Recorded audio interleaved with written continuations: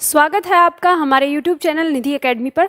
आज हम लोग करने वाले हैं क्रिया के बारे में हमें पढ़ना है। चलिए हम लोग जान लेते हैं, पर उससे पहले बता देती हूँ यहाँ पर जो छात्र हमारे ऑनलाइन पर पढ़ना चाहते हैं या कहें हमारे लाइव क्लास लेना चाहते हैं या हमारे रिकॉर्डेड बैच लेना चाहते हैं एग्जाम्स के हिसाब से, तो वो हमारे एप्लीकेशन पर जा सकते हैं। एप्लीकेशन का नाम है निधि एकेडमी। यहाँ पर आपको लाइव बैच मिल जाएंगे, कंप्लीट बैच मिल जाएगा। यहाँ से आप किताबें भी परचेज कर सकते हैं। यहाँ आप टेस्ट सीरीज दे सकते हैं, फ्री भी है पेड भी है, दोनों तरीके से हैं। और YouTube PDF अगर आपको डाउनलोड करनी है जो हम आज पढ़ने वाले हैं, तो वो आपको यहाँ से जाकर डाउनलोड करना है, ठीक है। और ये क्लासेस अगर लगातार आपको देखनी भी हैं तो ये क्लासेस आपको यहाँ पर भी मिल जाएंगी इसी ऐप पर। तो चलिए हम लोग क्लास शुरू करते हैं। अपनी क्लास हमारे यहाँ पर सबसे पहले क्रिया के बारे में हम पढ़ना चाहते हैं। हमने इससे पहले की जो सीरीज थी उसमें पद के भेद में सबसे पहले हमने पढ़ा संज्ञा के बाद हमने संज्ञा का लिंग, वचन और कारक पढ़ा। उसके बाद हमने सर्वनाम पढ़ा और सर्वनाम के बाद हम लोग सर्वनाम के बाद हम लोगों ने फिर से विशेषण पढ़ा और विशेषण खत्म हो जाने के बाद अब हम पढ़ने वाले हैं क्रिया। तो चलिए हम लोग क्रिया के बारे में जानते हैं। जब हम क्रिया की परिभाषा की बात करते हैं तो हमें पता चलता है कि जिस शब्द से किसी काम का होना या करना पाया जाता है उसे हम क्या कहते हैं? क्रिया कहते हैं। ऐसे शब्द जिससे हमें ये महसूस होता है कि यहाँ पर कुछ हो रहा है, कुछ एक्शन हो रहा है, कुछ काम हो रहा है, कुछ क्रिया हो रही है, क्रिया प्रतिक्रिया हो रही है, तो उन्हें हम क्रिया के अंदर ही रखते हैं। जैसे अब हम यहाँ पर देखें, उदाहरण के तौर पर हमने लिखा जैसे खेलना, जैसे खेलना, जैसे दौड़ना, जैसे जाना, जैसे आना, जैसे पढ़ना आदि। ये सब हमारे क्या हैं? क्रिया हैं। हम ये भी कह सकते हैं, जैसे कुछ लोग बोलते हैं कि शब्द के पीछे ना लगा होता है या ना लगने की संभावना होती है। अगर ऐसे देखें तो इस तरह से नहीं, हमें ऐसे समझना है कि वे शब्द जिन शब्दों से हमें पता चलता है किसी काम के होने का, कि यहाँ कुछ काम हो रहा है। जैसे हमने कहा खेलना, तो यहाँ पे खेल रहे हैं, भले ये काम ना हो लेकिन खेलना वो क्रिया हो रही है, एक्शन हो रहा है कुछ, ठीक है। जैसे दौड़ना, तो क्या कर रहे हैं? पैर आगे दौड़ते चले जा रहे हैं, ठीक है। जैसे जाना, आना, पढ़ना, इन सब से हमें पता चल रहा है कि कोई ना कोई काम हो रहा है, तो इन्हीं को हम क्या कहते हैं? क्रिया कहते हैं। अब इसके साथ एक शब्द आता है धातु। आपकी परीक्षा में डायरेक्ट पूछ लिया जाता है यहाँ से प्रश्न। आपसे कहा जाएगा कि ऑप्शन देकर निम्न में से धातु शब्द बताइए या धातु पद को बताइए। तो धातु क्या होता है? धातु को हम समझते हैं क्रिया जिस रूप में जन्म लेती है, यानी क्रिया जिस रूप में जन्म ले रही है उसे हम धातु कहते हैं, या क्रिया के मूल रूप को धातु कहा जाता है। हम कह सकते हैं कि संस्कृत में क्रिया को धातु ही कहा जाता है, लेकिन हम जब धातु में कोई प्रत्यय लगाकर उसे आगे बनाते हैं तो हिंदी में वो क्रिया कहलाता है। और किसी भी धातु पद में हम कोई प्रत्यय जोड़ देते हैं तो उससे भी हमारा वो जो पद है वो क्या बनता है? क्रिया बन जाता है। अब अगर आपसे ऐसे पूछा जाए कि इन शब्दों में किस शब्द में धातु है, तो हम यहाँ देखेंगे कि जो हमने ये क्रियापद लिखे हैं, इन क्रियापद का ही आप ना प्रत्यय को हटा देंगे तो वो ही उसकी क्या हो जाएगी? धातु हो जाएगी। जैसे खेलना है, खेलना की धातु क्या होगी? खेल, ठीक है। दौड़ना की धातु क्या हो जाएगी? दौड़। जाना की धातु क्या हो जाएगी? जा। आना की धातु क्या हो जाएगी? आ। पढ़ना की धातु क्या हो जाएगी? पढ़, ठीक है। इसी तरह से और भी अगर हमारे शब्द होंगे तो यानी जो उनमें प्रत्यय लगा होता है हम उसे हटा देते हैं और वो हमारे क्या हो जाते हैं? धातु कहलाते हैं, ठीक है। ये बात समझ में आ गई। अब हम पढ़ने जा रहे हैं क्रिया के भेद। हमारी विभिन्न प्रकार की परीक्षाओं में विभिन्न प्रकार की क्रियाएं पूछी जाती हैं और मोस्ट इम्पॉर्टेंट ये टॉपिक हम लोगों के लिए है। तो चलिए हम लोग शुरुआत करते हैं क्रिया के प्रकार या क्रिया के भेद। कितने भेद होते हैं क्रिया के? तो याद रखिएगा, हम जब क्रिया के भेद की बात करते हैं तो अलग अलग किताबों में अलग अलग तरीके के भेद दिए होते हैं। बहुत सारी किताबों में कुछ अलग टाइप से दिए होते हैं, कुछ किताबों में कुछ अलग टाइप से दिए होते हैं। लेकिन ध्यान रखना, अलग अलग होने के बावजूद भी आपकी सभी परीक्षाओं में सभी प्रकार के टाइप पूछे जाते हैं। तो इसलिए हम सारे ही प्रकार के टाइप यहाँ पर एक जगह पढ़ने की कोशिश करेंगे। इनको मैंने कुछ इस तरह से डिज़ाइन कर दिया है कि जब हम क्रिया के प्रकार की बात करते हैं तो वो क्रिया हमारी दो प्रकार की ही आ जाती है। कौन कौन सी? मूल क्रिया, जिसे हम मौलिक क्रिया कह सकते हैं, मतलब क्रिया का जन्म जिस रूप में हुआ है, हम इसको चाहे तो धातु भी कह सकते हैं। ठीक है, हम इसे क्या कह सकते हैं? धातु कह सकते हैं। और दूसरा रूप होता है यौगिक क्रिया। यौगिक क्रिया क्या होती है? वो क्रिया जो किसी प्रत्यय के लगने से बनती है, संज्ञा सर्वनाम से बनती है, या कोई परिवर्तन करके बनाई जाती है, या दो शब्दों से मिलकर दो अलग अलग क्रियाओं को मिलाकर हम और क्रिया बनाते हैं, वो सब हमारी क्या कहलाती हैं? यौगिक क्रिया कहलाती है। और जो हम भेद पढ़ने जा रहे हैं वो यौगिक क्रिया के अंदर ही पढ़ने जा रहे हैं। जब हम यौगिक क्रिया के भेद करते हैं तो हम इन्हें 3 आधारों पर बांट सकते हैं। ठीक है, हमारी कोई भी क्रिया जो है उसको हम 3 आधारों पर बांटते हैं। पहला आधार हमारा आता है कर्म के आधार पर, यानी हम क्रिया को कर्म के आधार पर 2 भागों में बांट देते हैं, सकर्मक और अकर्मक। अगर हम फिर से दोबारा सारी क्रियाओं को देखें तो हम दूसरा आधार लेते हैं अर्थ के आधार पर।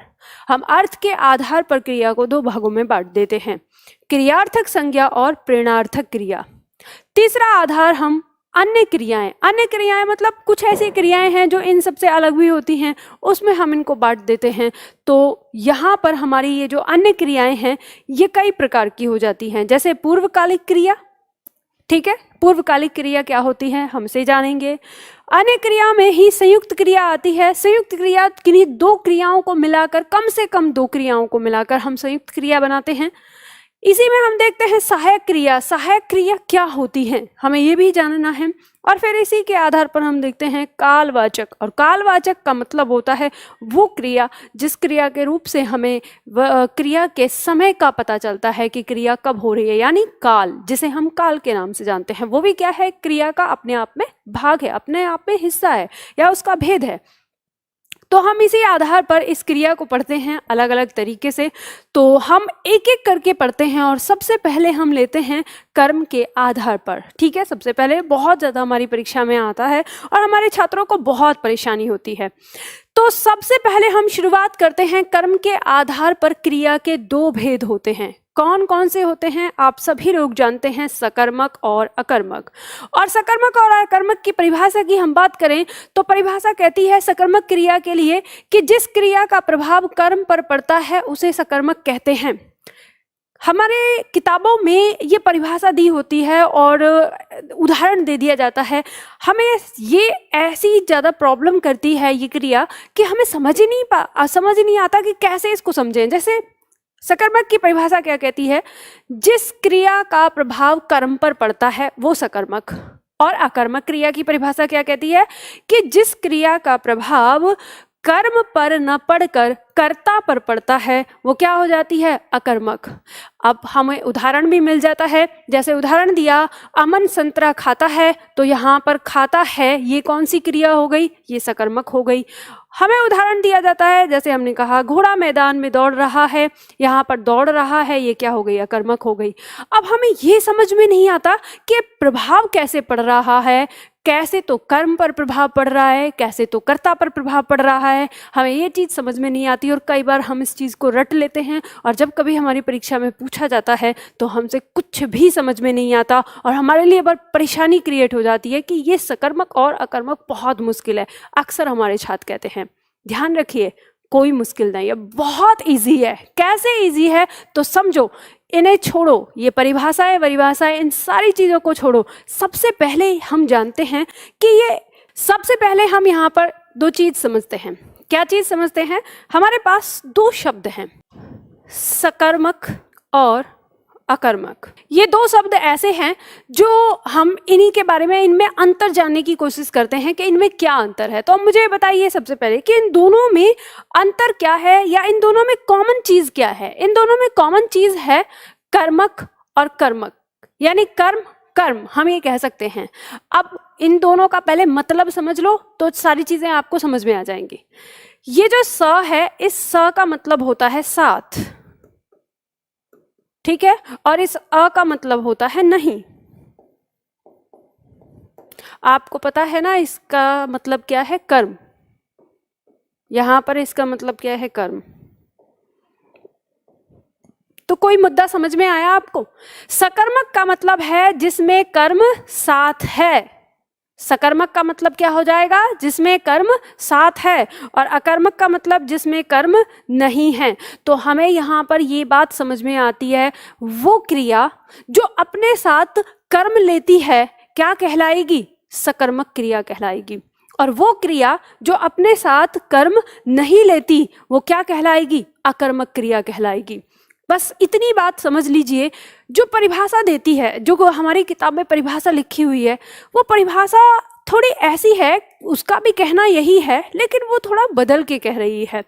अब यहाँ पर बात को समझना, आपकी समझ में ये बात आ गई कि जो क्रिया अपने साथ कर्म लेगी तो वो क्या कहलाएगी? सकर्मक कहलाएगी। और जो क्रिया अपने साथ कर्म नहीं लेगी तो वो क्या कहलाएगी? अकर्मक कहलाएगी। अब इनकी परिभाषाओं से हम इसको रिलेट करते हैं। जब हम सकर्मक की परिभाषा पढ़ते हैं तो परिभाषा क्या कहती है कि आपकी क्रिया का प्रभाव कर्म पर पड़ता है। ठीक है, क्या कहते हैं? कि क्रिया का प्रभाव कर्म पर पड़ता है। अब ये जो सकर्मक क्रिया है ये अपने साथ कर्म ले रही है। जब कर्म आया है तो इस पर प्रभाव होगा। ठीक है, जब कर्म है तो इस पर क्या होगा? इस पर प्रभाव पड़ेगा। और अकर्मक का क्या कहता है? अकर्मक कहता है कि प्रभाव कर्म पर न पड़कर कर्म पर नहीं पड़ता है। कहाँ पड़ता है? कर्ता पर पड़ता है। तो आपको पता है जब अकर्मक अपने साथ कर्म नहीं ले रहा तो यहाँ तो कर्म आएगा ही नहीं, ये तो कर्म है ही नहीं। जब कर्म है ही नहीं तो प्रभाव कैसे पड़ेगा? तो वो प्रभाव कहाँ पहुंच जाता है? कर्ता पर। वो प्रभाव कहाँ पहुंच जाता है? कर्ता पर। बस यही तो परिभाषा सिखा रही है। और क्या सिखा रही है? आपको अगर पता चल जाए कि वाक्य के अंदर कर्म आया है तो क्रिया का प्रभाव किस पर पड़ेगा? कर्म पर। और आपको पता चल जाए कि अगर कर्म नहीं आया तो वाक्य में जो क्रिया है उसका प्रभाव किस पर पड़ेगा? वो कर्ता पर पड़ेगा।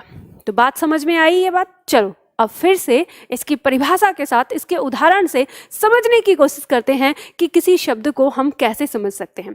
अच्छा, अगर आपको किसी वाक्य में, किसी चीज में अगर आपको कर्म की पहचान करनी है तो आपको याद होगा कि मैंने कर्म कारक में आपको कर्म की पहचान के लिए एक ट्रिक बताई थी। उस ट्रिक को भी याद रखिए। जब भी हमें कर्म पहचानना है, कर्म के लिए आपको क्या करना होगा? क्रिया के साथ प्रश्न करना होता है। क्रिया के साथ प्रश्न। और क्या प्रश्न करते हैं आप? तो क्रिया के साथ आप प्रश्न करते हैं क्या और किसको से। क्या और किसको, इससे आप प्रश्न करते हैं। यदि आपको उत्तर मिलता है, उत्तर, तो वो क्या होता है? कर्म होता है। बस इस चीज को हमेशा ध्यान रखिएगा। समझ गए? तो ये बेसिक है। और इस बेसिक को समझते हुए अब हम इस चीज को समझने की कोशिश करते हैं एक बार फिर से। तो आते हैं यहाँ पर कर्म के आधार पर सकर्मक सबसे पहले देख रहे हैं। परिभाषा क्या कहती है? जिस क्रिया का प्रभाव कर्म पर पड़ता है उसे सकर्मक कहते हैं। अब सकर्मक की बात कर रहा है, मतलब यहाँ पर कर्म साथ में है। कर्म साथ है। जब कर्म साथ है वाक्य के अंदर तो ये क्रिया क्या कहलाएगी? सकर्मक। तो हम पहचान कर लेंगे, प्रश्न कर लेंगे। क्रिया क्या है? खाता। खादा यानी खाने वाली चीज है, खाता नहीं वो जो हम बैंक में खोलते हैं, खाना। ठीक है। अमन संतरा खाता है। तो अमन जब संतरा खाता है तो हम इसे प्रश्न कर सकते हैं, क्या खाता है? क्या खाता है? तो बताइए आपको आंसर मिलेगा कुछ? तो आपको आंसर मिलता है कि संतरा खाता है। तो ये जो संतरा शब्द है ये ही हमारा क्या है? कर्म है। हमें इस वाक्य में क्या मिल गया? कर्म मिल गया। तो हमें पता चल गया कि ये जो खाता हमारी क्रिया है ये क्या है? सकर्मक है। सकर्मक क्रिया। बात समझ में आ गई? अब आप यहाँ पे बहुत सारे वाक्य बना सकते हैं। तो जब कभी आपके वाक्य में ऐसे दिया होगा तो आप ऐसे पहचान लेंगे, लेकिन कभी कभी आपकी परीक्षा में ऐसे शब्द लिखे होते हैं, केवल ऐसे ही, और आपसे पूछ लिया जाता है कि लिखना शब्द में बताइए कि सकर्मक है या अकर्मक, पढ़ना में बताइए सकर्मक है या अकर्मक, खेलना में बताइए कि सकर्मक है या अकर्मक, तो दिमाग की घंटी घूम जाती है। ठीक है, बजने लगती है घंटी दिमाग में, क्या बताएं अब इसको, यहाँ तो हम प्रश्न भी नहीं कर सकते। अरे किसने कहा प्रश्न नहीं कर सकते? करो प्रश्न, प्रश्न करो, क्या लिखना है, क्या पढ़ना है, क्या खेलना है। जब आप यहाँ पर प्रश्न करते हैं तो आपको अंदर से दबी आवाज में एक उत्तर आता है कि लिखना क्या है, पत्र लिखना है, लिखना क्या है, कहानी लिखनी है। ठीक है, लिखना क्या है, उपन्यास लिखना है, या हम और भी बहुत सारी चीजें लिख सकते हैं। ठीक है, तो यानी यहाँ पर हमें क्या आ रहे हैं, उत्तर आ रहे हैं, कुछ ना कुछ आ रहे हैं। तो उत्तर आ रहे हैं तो इसका मतलब लिखना क्या है, सकर्मक। पढ़ना क्या है, हम कहें क्या पढ़ना है तो कह सकते हैं पत्र पढ़ना है। क्या पढ़ना है, कहानी पढ़नी है। क्या पढ़ना है, उपन्यास पढ़ना है। क्या पढ़ना है, अखबार पढ़ना है। तो बहुत सारे उत्तर हमारे आ सकते हैं। तो इसका मतलब ये उत्तर ले रहा है। जब ये उत्तर ले रहा है तो इसका मतलब इसके साथ कर्म आता है, और कर्म आता है तो मतलब ये क्रिया क्या है, सकर्मक है। खेलना की बात करते हैं, क्या खेलना है, कहते हैं हॉकी, हॉकी खेलना है मुझे। क्या खेलना है, क्रिकेट खेलना है। क्या खेलना है, मुझे लूडो खेलना है, मुझे कैरम बोर्ड खेलना है। कितनी सारी चीजें खेलने के लिए हमारे पास होती हैं। तो इससे भी हमारे सामने बहुत सारे उत्तर आ रहे हैं। जब हमारे सामने बहुत सारे उत्तर आते हैं तो हम इस चीज़ को पहचान कर सकते हैं इस चीज़ की कि खेलना भी हमारी क्या है, सकर्मक क्रिया है। तो बात समझ में आई? अब चाहे वो क्रिया हमारी वाक्य में दी हुई हो, चाहे हमारी वो अकेली दी हुई हो, हम तुरंत पहचान लेंगे कि वो हमारी सकर्मक है या अकर्मक। तो सकर्मक को हम पहचान लेंगे, यानी जो अपने साथ कर्म को खींच कर लेकर आएगी वो क्या हो जाएगी, सकर्मक क्रिया कहलाएगी। अब अकर्मक को जान लेते हैं। चलिए, जब अकर्मक की बात करते हैं तो इसकी परिभाषा क्या कहती है? परिभाषा ने यही कहा है कि क्रिया का प्रभाव कर्म पर ना पड़कर कर्ता पर पड़ता है। अब आपको पता है जब वाक्य के अंदर कर्म है ही नहीं तो प्रभाव किस पर पहुंचेगा, प्रभाव तो कर्ता पर पहुंचेगा। तो जैसे वाक्य दिया है, बच्चा रात में रोता है, तो हम इससे प्रश्न करेंगे क्या रोता है, क्या रोता है। तो ये चुप हो जाएगा, कहेगा कुछ नहीं रोता। और आप कहेंगे मैम आ रहा है, उत्तर आ रहा है, बच्चा रोता है। अरे तुमको पता है क्या रोता है से बच्चा नहीं आएगा, कौन रोता है से बच्चा आएगा। तो क्या रोता है मतलब ये कहना है, अगर उत्तर इससे आएगा ही नहीं। लेकिन अगर क्या रोता है से कहकर आप बच्चा उत्तर लेकर आते हैं तो ये प्रभाव डाल रहा है कहाँ पर, यहाँ। और बच्चा क्या है, कर्ता। तो प्रभाव किस पे फेंक रहा है, ये कर्ता पर फेंक रहा है। तो परिभाषा भी तो वही कह रही है कि प्रभाव कहाँ पड़ता है, कर्म पर न पड़कर कर्ता पर पड़ता है। तो ऐसे भी पहचान लेंगे आप कि क्रिया क्या है हमारी, अकर्मक। किसको रोता है, दूसरा प्रश्न करके देख सकते हैं, इससे भी कोई आंसर नहीं आ रहा। तो इसका मतलब ये चुप है, और जब ये चुप है तो ये रोता है, ये क्या हो जाएगी, अकर्मक क्रिया। क्या हो जाएगी, अकर्मक क्रिया हो जाएगी। बात समझ गए? अब जैसे दूसरे में देख लेते हैं, पक्षी आकाश में उड़ते हैं, तो यहाँ पर क्रिया है उड़ते हैं। प्रश्न करेंगे क्या उड़ते हैं, तो आप तुरंत बोलेंगे मैम पक्षी उड़ते हैं। अरे नहीं बेटा, गलत हो जाएगा फिर से। क्या उड़ते हैं नहीं, कौन उड़ते हैं से पक्षी आएगा। लेकिन अगर फिर भी आप कहेंगे नहीं मैम मेरा तो क्या उड़ते से पक्षी आ रहा है, तो उड़ा लो, कोई दिक्कत नहीं। ये प्रभाव किस पर फेंक रहा है, पक्षी पर। और आप जानते हैं कि पक्षी इस वाक्य में क्या है, कर्ता। पक्षी कौन है इस वाक्य में, कर्ता। समझ गए ना? तो इस तरह से आपको पता चल जाएगा कि प्रभाव किस पर आ रहा है, कर्ता पर। परिभाषा भी तो यही कह रही है हमारी। हालांकि हमें यहाँ कोई उत्तर नहीं मिल रहा। क्या रोता है, किसको रोता है, इससे हमें कोई उत्तर नहीं मिलता। तो इसका मतलब ये क्रिया अपने साथ किसी कर्म को नहीं ले रही, और कर्म को नहीं ले रही तो क्रिया कैसी है, अकर्मक है। समझ गए ना? ठीक, तो यहाँ पर आप इस चीज़ को समझ जाते हैं। लेकिन हमारे दिमाग में खुरापात आ रहा है। आप कहेंगे मैम हमको तो हमारे टीचर ने हमको ये बताया था, ये आकाश में आ रहा है, रात में आ रहा है, ये भी तो कर्म हो सकता है। बहुत सारे छात्र ऐसे ही बोलते हैं कि जैसे हमने कहा बच्चा रोटी खाता है, 3 शब्द इसमें हो गए, और बच्चा रात में रोता है, तो वहाँ पे रोटी आ रहा है, यहाँ रात आ रहा है, ये भी तो कर्म है।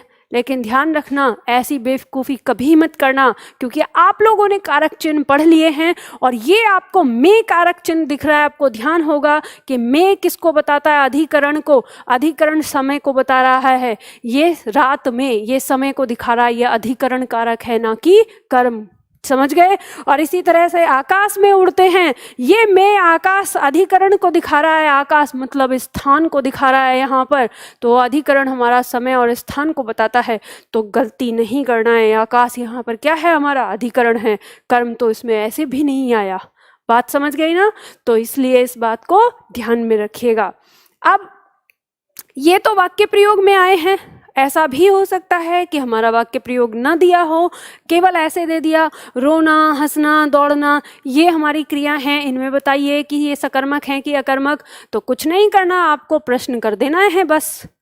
क्या सोता है, आपने प्रश्न किया, क्या सोता है, किसको सोता है, तो कोई आंसर नहीं मिलेगा। क्या हंसता है, किसको हंसता है, कोई आंसर नहीं आ सकता। क्या दौड़ता है, किसको दौड़ता है, इससे भी कोई आंसर नहीं आ सकता। यानी इसमें कोई उत्तर नहीं मिल रहा। जब उत्तर नहीं मिल रहा तो ये क्या है हमारा, मतलब कैसी क्रिया है, ये अकर्मक क्रिया है। समझ गए? तो इस बात को ध्यान रखिएगा। तो बहुत आसान है इस चीज को समझना, इसमें कुछ भी ऐसा नहीं है कि जो आपको न समझ में आए। तो सकर्मक और अकर्मक आप लोगों को समझ में आ गई होगी। तो चलो फिर आगे बढ़ते हैं। आगे नेक्स्ट हम लेते हैं सकर्मक क्रिया कितने प्रकार की होती है। ये भी आजकल हमारी परीक्षाओं में प्रश्न आ रहा है। तो हम जान लेते हैं सकर्मक क्रिया कितने प्रकार की, 2 प्रकार की। कौन कौन सी? एक कर्मक और द्विकर्मक, यानी ऐसी क्रिया जो अपने साथ एक कर्म ले रही हो और ऐसी क्रिया जो अपने साथ 2 कर्म ले रही हो। तो एक कर्म लेने वाली क्या कहलाएगी, एक कर्मक, और 2 कर्म लेने वाली क्या कहलाएगी, द्विकर्मक। इसमें तो कुछ ऐसी बात नहीं जो आपको नहीं समझ में आ सकती। आप देख सकते हैं जैसे शिक्षक ने पाठ पढ़ाया, अब पढ़ाया यहाँ पर जो क्रिया है अपने साथ अभी यहाँ पर फिलहाल एक कर्म ले रही है, पाठ। तो हम कह सकते हैं कि यहाँ पर ये एक कर्मक कहलाएगी। दूसरा वाक्य लिया, शिक्षक ने बच्चों को पाठ पढ़ाया, तो ये जो क्रिया है यहाँ पर इसने अपने साथ पहला कर्म लिया पाठ, दूसरा कर्म लिया बच्चों को, 2 कर्म आ गए। तो अब ये यहाँ पर द्विकर्मक क्रिया कहलाएगी। समझ गए बात को? तो एक क्रिया एक कर्मक भी हो सकती है और द्विकर्मक भी हो सकती है। इसमें कोई अलग अलग नहीं है, बस वो वाक्य किस तरह से बनाती है, जिस समय वो वाक्य में आएगी उसी समय में वो 2 सकर्मक के 2 प्रकार के रूप में आएगी। ठीक है, इस बात को ध्यान रखिएगा। तो इसमें बहुत कुछ ऐसा नहीं जो ना समझ में आए। तो चलो हम आगे बढ़ते हैं। अब आगे बढ़ते हैं तो हमारे पास अब दूसरा आधार आता है, अर्थ का आधार। अर्थ के आधार पर क्रिया के भेद। अर्थ के आधार पर क्रिया के भेद हमने 2 जाने। एक हमने जाना क्रियार्थक संज्ञा और दूसरा हमने प्रेरणार्थक संज्ञा का देखा था। तो सबसे पहले हम क्रियार्थक संज्ञा को पढ़ते हैं। क्रियार्थक संज्ञा क्या होती है? अब ध्यान रखिएगा, अब ये मत सोचना कि मैम यहाँ पे तो गलती हो सकती है, क्रियार्थक संज्ञा नहीं। क्रियार्थक मतलब क्रिया का अर्थ लिए संज्ञा। हम ये कह सकते हैं ऐसी क्रिया जो संज्ञा का रोल अदा करती है। समझ गए? परिभाषा क्या कहती है? जब कोई क्रिया संज्ञा के स्थान पर आकर संज्ञा का काम करती है। ठीक है, जब कोई क्रिया किसी संज्ञा के स्थान पर आती है और वहां पर संज्ञा के जैसा व्यवहार करने लगती है, संज्ञा की भांति व्यवहार करने लगती है, तो वो क्रिया हमारी क्या कहलाती है? क्रियार्थक संज्ञा कहलाती है। अब ये क्रियार्थक संज्ञा कहलाती है जब, तो इसकी पहचान कैसे करेंगे? देखो उदाहरण दिया है, फास्ट फूड खाना शरीर के लिए हानिकारक है। तो यहाँ पर जो ये खाना शब्द आया है, ये हमारी क्या है, ये हमारी क्रिया है, ठीक है। और ये क्रिया किस पे आई है, एक संज्ञा के स्थान पर आई है। तो यहाँ ये जो खाना शब्द है, ये क्रिया हमारी क्या कहलाएगी, क्रियार्थक संज्ञा कहलाएगी। दूसरा वाक्य, देश के लिए मरना गर्व की बात है। तो यहाँ पर जो मरना शब्द है, ये हमारी जो क्रिया आई है, ये संज्ञा के जैसे काम कर रही है। तो ये क्रिया हमारी यानी मरना और यहाँ पर ये खाना, ये हमारी क्या हो जाएगी, क्रियार्थक, क्रिया का अर्थ लिए हुए संज्ञा, क्रियार्थक संज्ञा हो जाती है, ठीक है। तो हम इसको समझ सकते हैं अच्छी तरह से, हमें ये चीज़ पता चलती है। अब इसके लिए दूसरी ट्रिक हम ऐसे समझ सकते हैं कि जब किसी वाक्य में क्रिया तो ऐसे ही अंत में होती है, लास्ट में, ये हमारी क्रिया है। अगर किसी वाक्य में क्रिया के स्थान पर ना आकर किसी दूसरे स्थान पर आ रही है और ना प्रत्यय के साथ आ रही है, ठीक है। किस प्रत्यय के साथ, ना प्रत्यय के साथ, तो वो क्रिया हमारी प्राय एकार क्रियार्थक संज्ञा ही होती है। ये बात इस तरह से भी आप याद कर सकते हैं। मान लो आपको इसका भाव समझ में ना आए तो आप ऐसे समझिएगा कि बस क्रिया का स्थान छोड़कर अन्य किसी स्थान पर अगर हमारी कोई क्रिया आ रही है और वो ना प्रत्यय के साथ आ रही है, तो वो अक्सर हमारी क्या कहलाएगी, क्रियार्थक संज्ञा कहलाएगी, ठीक है। इस तरह से भी आप इसको याद रख सकते हैं। चलिए इसके बाद हम लोग पढ़ते हैं, नेक्स्ट आता है हमारा प्रेरणार्थक क्रिया। प्रेरणार्थक क्रिया हमारी क्या होती है, इसको हम समझने की कोशिश करते हैं। प्रेरणार्थक क्रिया में जब वक्ता किसी काम को अन्य से करवाए, ठीक है, ध्यान दीजिएगा, जब वक्ता किसी काम को अन्य से करवाता है, किसी अन्य से, तो वो हमारी क्या कहलाती है, प्रेरणार्थक। देखो नाम से याद रखना, प्रेरणार्थक, प्रेरणा देने वाला, ठीक है। जब हम किसी को काम करने की प्रेरणा दे रहे हैं कि तुम्हें ये काम करना है, तुम्हें ये काम करवाना है, तो हम ये क्या कर रहे हैं, प्रेरणा दे रहे हैं। तो इसीलिए प्रेरणार्थक क्रिया कहलाती है। अब इसे हम भाव से समझेंगे, जब हम वाक्य बनाते हैं वाक्य के भाव से। तो किस तरह से, अब ये जो हमारी प्रेरणार्थक क्रिया है दो प्रकार की होती है। कौन कौन सी होती है, प्रथम प्रेरणार्थक और द्वितीय प्रेरणार्थक। अब हम इसमें देखते हैं प्रथम प्रेरणार्थक। प्रथम प्रेरणार्थक का मतलब है कि एक बार प्रेरणा, और द्वितीय प्रेरणार्थक का मतलब है 2 बार प्रेरणा। अब कैसे एक बार प्रेरणा और कैसे 2 बार, अब उसको समझते हैं हम वाक्य लेकर।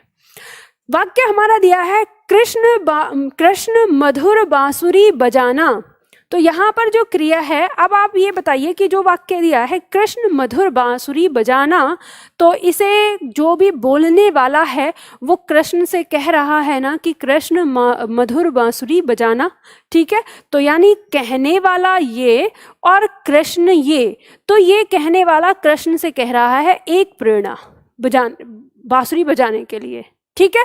तो यहाँ पर एक प्रेरणा ही आ रही है, इसलिए क्या कहलाएगा, प्रथम प्रेरणार्थक क्रिया कहलाएगी। तो इस तरह से आपको भाव समझना है, जिस वाक्य के अंदर आपको काम किसी और दूसरे से करवाते हुए नजर आए और एक ही बार, ठीक है, जो वक्ता है वो सीधा उससे बात कर रहा है जो काम को करेगा। अब हम यहाँ पे ये चीज कह सकते हैं इसकी पहचान के लिए कि जो धातु है उसमें हम आना या लाना ये जोड़ते हैं। तो जैसे यहाँ पर बजाना शब्द है, अगर हम इसमें देखें तो इसकी जो धातु है वो क्या है, बज, ठीक है। बजना शब्द होता है ना, बजना, तो बजना में धातु अगर देखेंगे तो बज हो जाएगी, और इस धातु में क्या जुड़ा है, आना जुड़ा है। तो इससे ये बन गया बजाना, और ये क्या बन गई, प्रथम प्रेरणार्थक क्रिया। बात समझ में आ गई, ठीक है। इसी तरह से अब हम इसकी द्वितीय प्रेरणार्थक क्रिया को समझते हैं। वाक्य कहता है कि राधा कृष्ण से मधुर बांसुरी बजवाना। वाक्य एक ही लिया है हमने ताकि आपको अंतर समझ में आए। यहाँ पर क्रिया थी बजाना और यहाँ हो गई क्रिया बजवाना। तो अब देखिए इसी से अंतर हो गया। आपको पता है कि यहाँ पर जो बोलने वाला है वो पहले किससे बोल रहा है, राधा से बोल रहा है। ये बोलने वाला, और ये बोल किससे रहा है, राधा से। तो प्रथम प्रेरणार्थक कि तुमको बांसुरी बजवानी है, किससे, कृष्ण से। तो अब राधा तो बजाएगी नहीं, तो ये कृष्ण को बोलेगी। तो दोबारा जब ये बोलेगी तो ये द्वितीय प्रेरणार्थक, एक प्रेरणा कहने वाले से राधा के लिए यहाँ पर, और फिर राधा से कृष्ण के लिए। तो यहाँ पर दो प्रेरणा आ गए, तो कहने का मतलब है इसके अंदर दो प्रेरणा हो गई, तो इसलिए ये द्वितीय प्रेरणार्थक कहलाई। अब हम यहाँ देख सकते हैं, हमने इसकी शॉर्ट ट्रिक देखी कि धातु जो शब्द है हमारा, धातु शब्द के बाद अगर हम वाना प्रत्यय लगा देते हैं या वाना शब्द लगा देते हैं तो ये हमारी द्वितीय प्रेरणार्थक बन जाती है।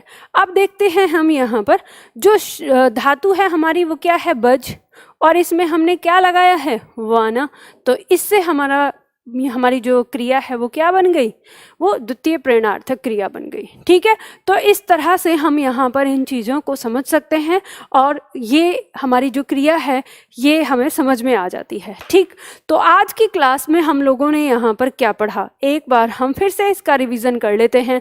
तो आज की क्लास में हम लोगों ने क्रिया के बारे में जाना। क्रिया हमारा थोड़ा सा बड़ा टॉपिक है, इसको एक क्लास में कंप्लीट करना मुश्किल होता है, लेकिन किसी चीज़ को हम जब थोड़ा थोड़ा करके पढ़ते हैं तो हमें बहुत आसानी से याद हो जाता है। तो आज की क्लास में हमने क्रिया की परिभाषा जानी कि जब किसी काम का होना या करना पाया जाता है उसे हम क्रिया कहते हैं, और क्रिया में ही दूसरा रूप जो है जिसे हम धातु के नाम से जानते हैं वो क्रिया का मूल रूप होता है। ठीक है, यानी क्रिया के अंदर प्रत्यय पहले से ही लगा होता है और अगर क्रिया के प्रत्यय को हटा दिया जाता है तो वो जो रूप आता है वो उसका धातु या क्रिया का मूल रूप कहलाता है। इसमें हम आते हैं कि क्रिया के प्रकार की हमने बात करी, तो हमने इसको कई प्रकार से बांटा है। तो सबसे पहले हम यहाँ पर पढ़ रहे हैं कर्म के आधार पर क्रिया के भेद। तो कर्म के आधार पर जब हम यहाँ क्रिया के भेद पढ़ते हैं तो हमें पता चलता है कि सबसे पहले हम पढ़ेंगे सकर्मक और अकर्मक को। सकर्मक मतलब सकर्म, जिसके साथ कर्म साथ में आया हो। परिभाषा कहती है जिस क्रिया का प्रभाव कर्म पर पड़ता है। अब जब कर्म साथ में आया है तो प्रभाव तो किस पर पड़ेगा, कर्म पर पड़ेगा। यानी कहने का मतलब वो क्रिया जो अपने साथ किसी न किसी कर्म को लेकर आती है क्या कहलाती है, सकर्मक क्रिया कहलाती है। ठीक है, इसको हमने अच्छी तरह से जाना। अकर्मक क्रिया में हमने जाना कि जहां पर जिस क्रिया का प्रभाव कर्म पर ना पड़ के कर्ता पे पड़ता है तो अकर्मक, अ माने नहीं, तो जो अपने साथ कर्म नहीं लेकर आती तो वो क्या हो जाएगी, अकर्मक। अब जब कर्म आया ही नहीं है तो प्रभाव कैसे पड़ेगा, तो प्रभाव किस पर पड़ेगा, सीधा कर्ता पर पड़ेगा, तो परिभाषा भी फॉलो होती है। तो यहाँ हम देखते हैं कि हमारी जो क्रिया है वो अपने साथ किसी कर्म को नहीं लेकर आती है तो क्या कहलाती है, अकर्मक क्रिया कहलाती है। हमने इसके बाद सकर्मक क्रिया के दो भेद पढ़े, एक कर्मक और द्विकर्मक। यानी जब किसी क्रिया में एक कर्म आता है तो वो क्रिया एक कर्मक कहलाती है, और जब वो क्रिया दो कर्म साथ में लेके आती है तो द्विकर्मक कहलाती है। इसके बाद हम अर्थ के आधार पर क्रिया के भेद जब करते हैं तो सबसे पहले हम क्रियार्थक संज्ञा के बारे में जानते हैं।